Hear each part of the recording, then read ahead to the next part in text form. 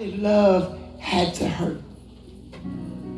Why was I that one that didn't have family, but had family, but no family support? Why I had to be that one that didn't meet my real father until I was 12 years old?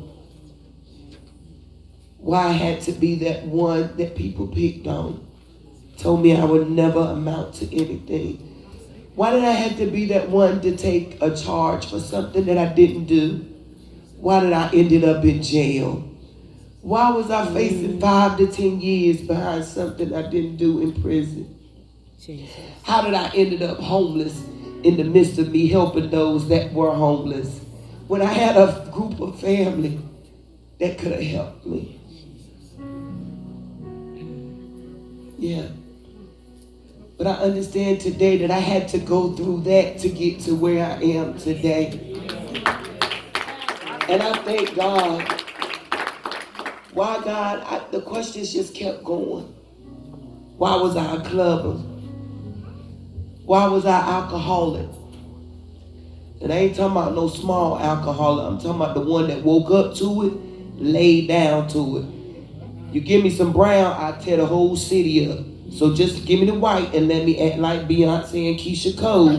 But if you give me that brown, I'm going to act like a Thompson for real. But God, why did I have to go through that? Like, why did I have to go through that? Let me tell y'all something. Church hate to talk about addiction. We don't want to talk about mental illness. And they definitely don't want to talk about drug abuse or alcoholism or none of that, because all that is a demon. Okay? A lot of people mad at God. So what you going to do to help your family member get off alcohol and drugs if you want to keep saying Jesus, Jesus, Jesus, Jesus, Jesus?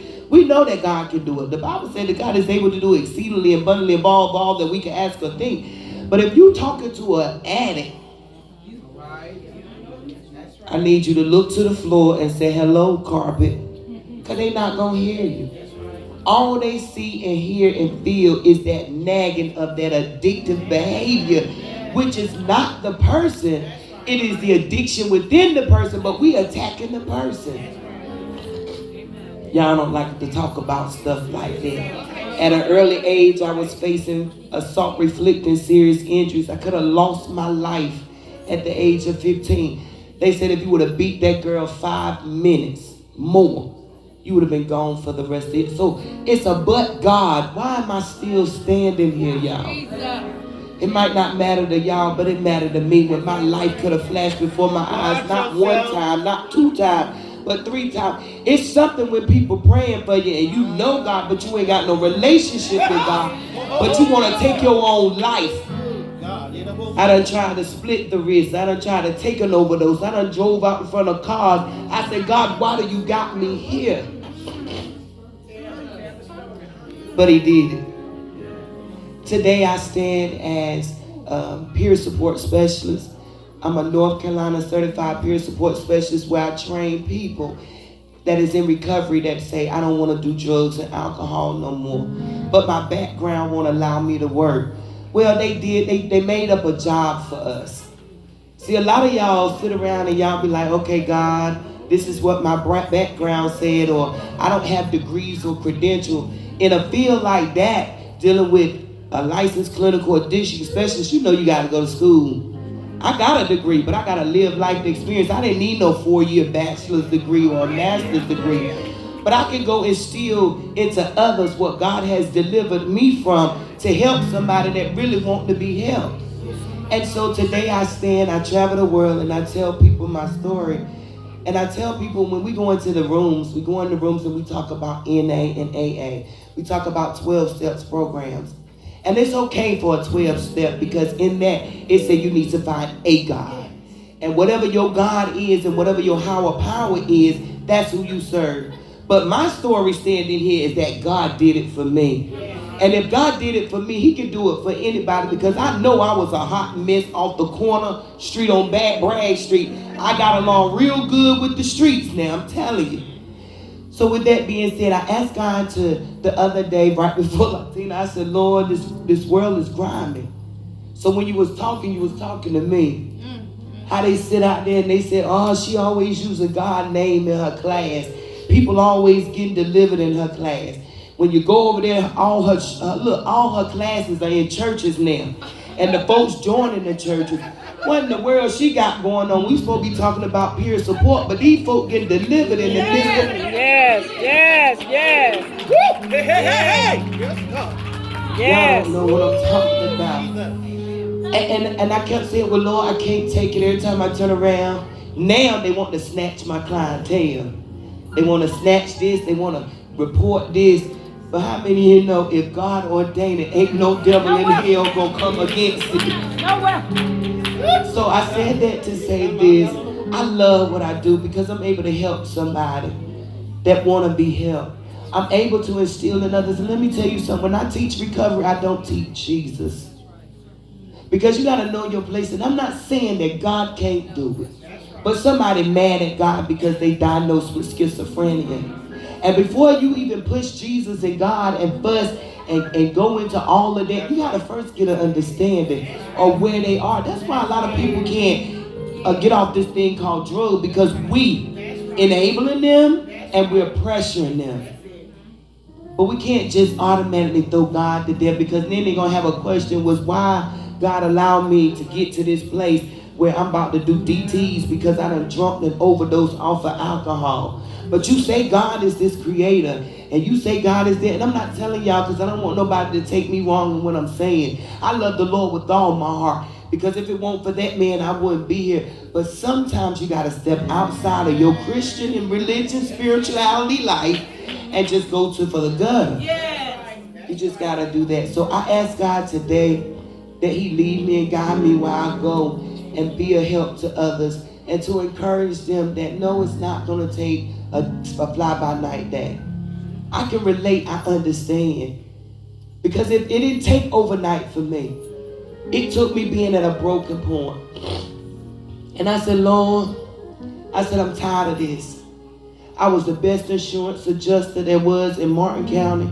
I key your car up, and you go take it to her, and she go paint it for $500. And then in the midst of all of that, we get the money back from the insurance adjuster. You give me $500, and I lived off doing that. If you tell me, yeah, baby, if you tell me that you ain't got no food for your kids, I'll tell you go around and get that Flavor Aid off the Winn-Dixie aisle, stick it under your packs of meat, and every pack of meat you bring across that machine with 10 cents. Oh yeah, I did that. I didn't never want for gas. I didn't never want for alcohol. I ain't never want for cigarettes. See, y'all too saved now that y'all forgot where you came from. I ain't forgot where I came from, because I'm cool with both of them dudes. You understand?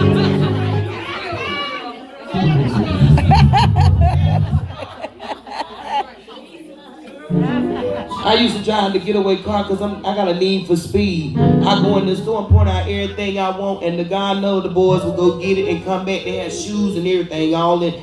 Who wear a triple fat goose during the summertime? Okay, now you want to play crazy. All right, well, come on, let's go ahead and get these shoes that I want then, you know? I did it. I used to steal.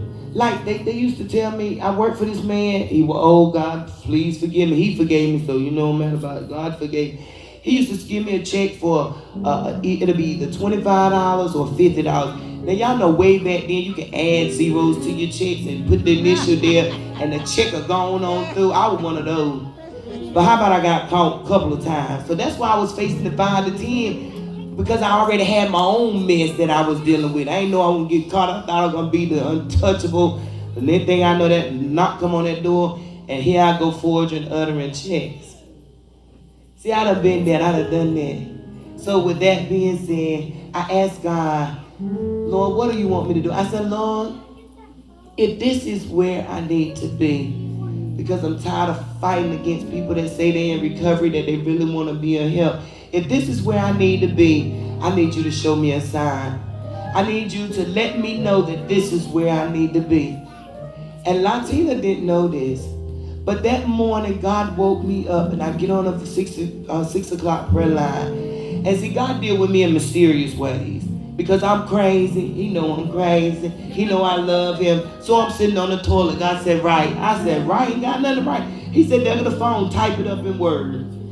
And I typed it up in Word. And it was basically saying who I was, how I got to where I am and what I really wanted to do. And that was to instill hope and to help families that are broken, busted, disgusted, that's dealing with drugs, alcohol, and mental illness. I really want to be a help and use my life and my past as an example to let people know that you don't have to stay there, that you can come out. And so it wasn't even 6 hours later, I was getting a phone call. And I said, God, you just so, I be trying to run from this, and now here I go, here go Londina and this person, and I'm like, okay, God, I'm done. I can't run from it no more. So my desire is to help families that are in need. It don't necessarily have to be about alcohol, substance abuse. It could be about mental illness, independent living skills, coping skills, how to deal with day-to-day stresses, how to turn a frown into a smile, just to take you out of the place where you at and I see you go to another place. That's what I want to do. I just want people happy. And we're not happy because of we dependent and we dealing with what we went through in the past. And so with that being said, I wrote a book called But God, and in that But God book, it talks about everything that could have happened to me. From when I was standing in that club New Year's night, I had no business being in there, and the bullet hit the person next to me and it didn't touch me. How I bought a gun for a homeboy of mine in Williamson in the middle of the blackout by D&L Furniture. The gun was going off and I seen the fires, but I'm still here. I lived a stupid life. But I stand to tell it because somebody couldn't stand to tell that they went through all of it and they survived. So with that being said, if you would like contact information or anything about what I do, I also conduct a conference called Broken, Busted, Disgusted, I Survived. And that's a conference that I first launched in April of last year. And anytime that I could be a help for anybody, I'm just here to be a help, just to share my story. That I tell you when I say God is good, He is good. So again, I'm Kenya Howard, the one and only.